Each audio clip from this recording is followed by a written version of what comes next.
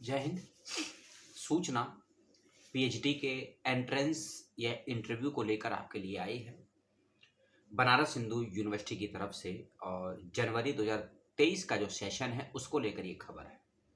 Last video जो आपने देखा था जेएनयू का नहीं, बीएचयू का नहीं, डीयू का नहीं, बल्कि बनारस हिंदू यूनिवर्सिटी का जो नया वीडियो आया था एडमिशन को लेकर, उसी के संबंध में मैंने एक बात कही थी। अगर याद होगा, नहीं तो वीडियो देख लीजिएगा कि एंट्रेंस के बेस पर भी हो सकता है कुछ सीटें आए।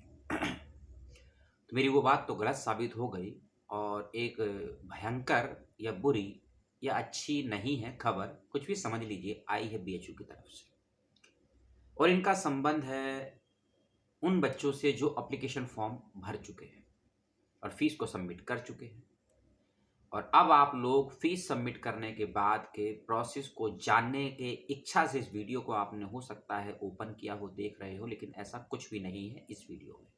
वीडियो अभी चाहे यहीं छोड़कर जा सकते हैं। और अगर आगे इच्छा है बुरी खबर को सुनने की, क्योंकि ये मैं अपने मन से तो कहूँगा नहीं, ऐसे मन तो मोदी जी के पास है, हमारे पास तो बकबक करने की क्षमताएं हैं बस।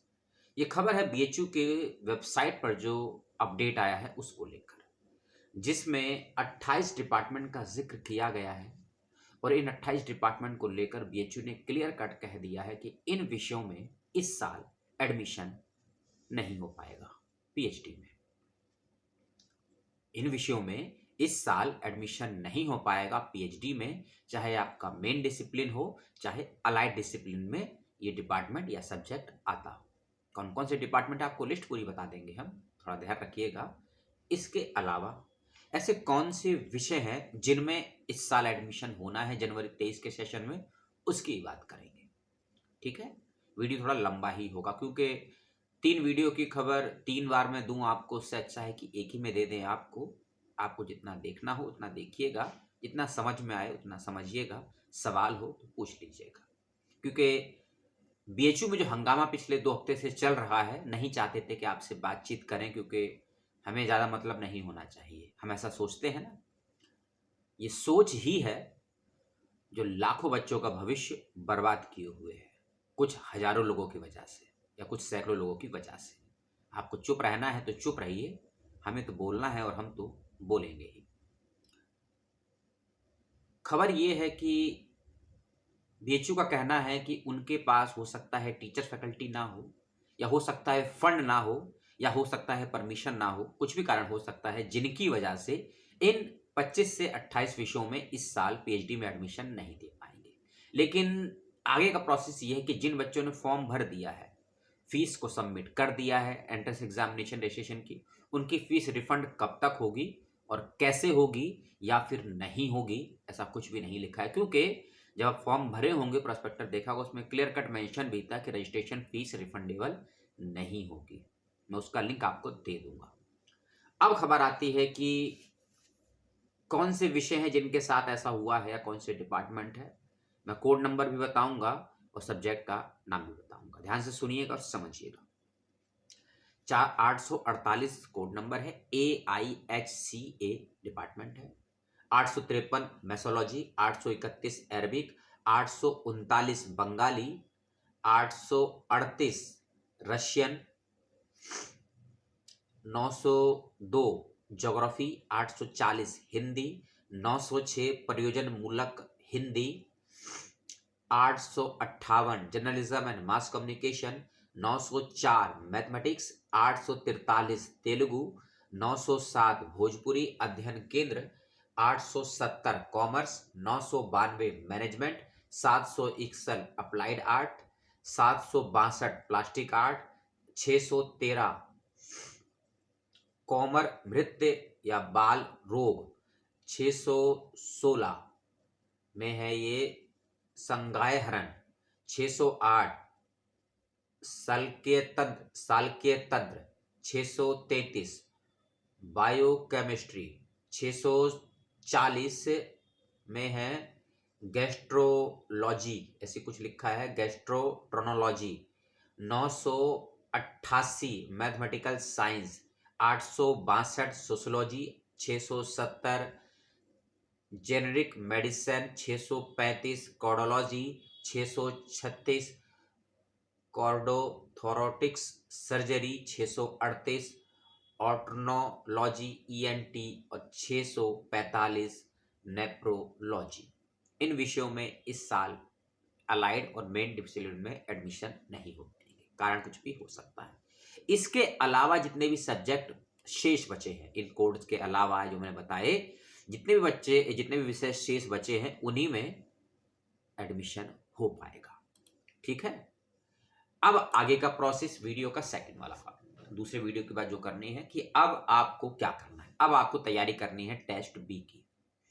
टेस्ट बी क्या है, कई वीडियो मौजूद होंगे यूट्यूब पर, मेरे चैनल पर भी होंगे, आप उनको देखना चाहें तो देख सकते हैं, नहीं तो थोड़ा सा जिक्र में कर देता हूं।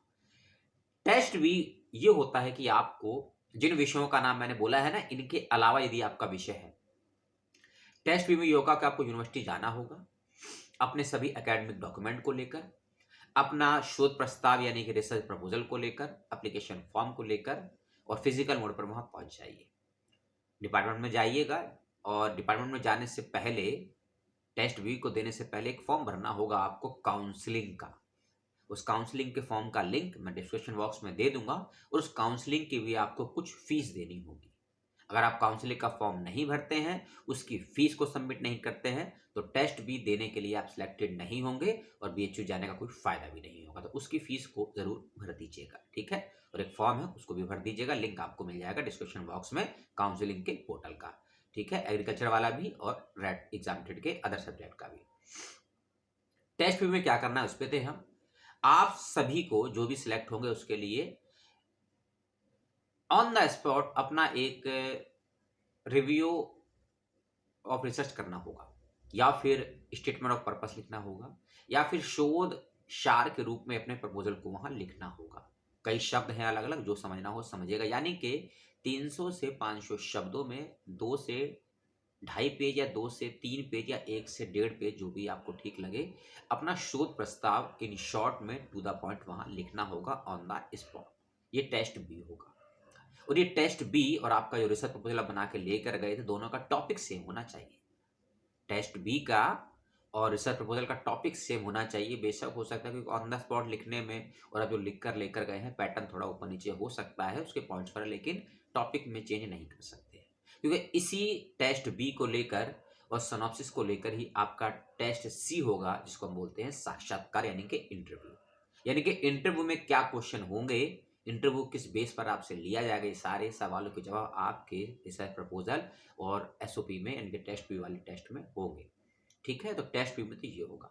बाइलिंगुअल कर सकते हैं, हिंदी में लिखना चाहे हिंदी में, इंग्लिश में लिखना चाहे इंग्लिश में, जो भी आपको नियमावली अपने विभाग से प्राप्त होती है। तो ठीक है, और जो बच्चा आप चाहे नेट है, चाहे जेआरएफ है, चाहे कोई भी आधार पर आपको एग्जामिनेटेड मिला है, अगर आप टेस्ट भी नहीं देते हैं, आप कहते हैं कि छूट गया, मेडिकल प्रॉब्लम है, जानकारी नहीं मिली, तो ये आपका इशू है। लेकिन फिर से कहूंगा कि काउंसलिंग पोर्टल पर जाकर फीस को सबमिट करने के बाद ही टेस्ट बी के लिए जाने की सोचिएगा, और वहां पहुंचे और आपको मौका नहीं मिला, क्योंकि अगर आप काउंसलिंग के स्लिप नहीं दिखा पाए फीस सबमिट करने के बाद की, तो भी आपको टेस्ट सी का मौका या टेस्ट बी का मौका नहीं मिलेगा।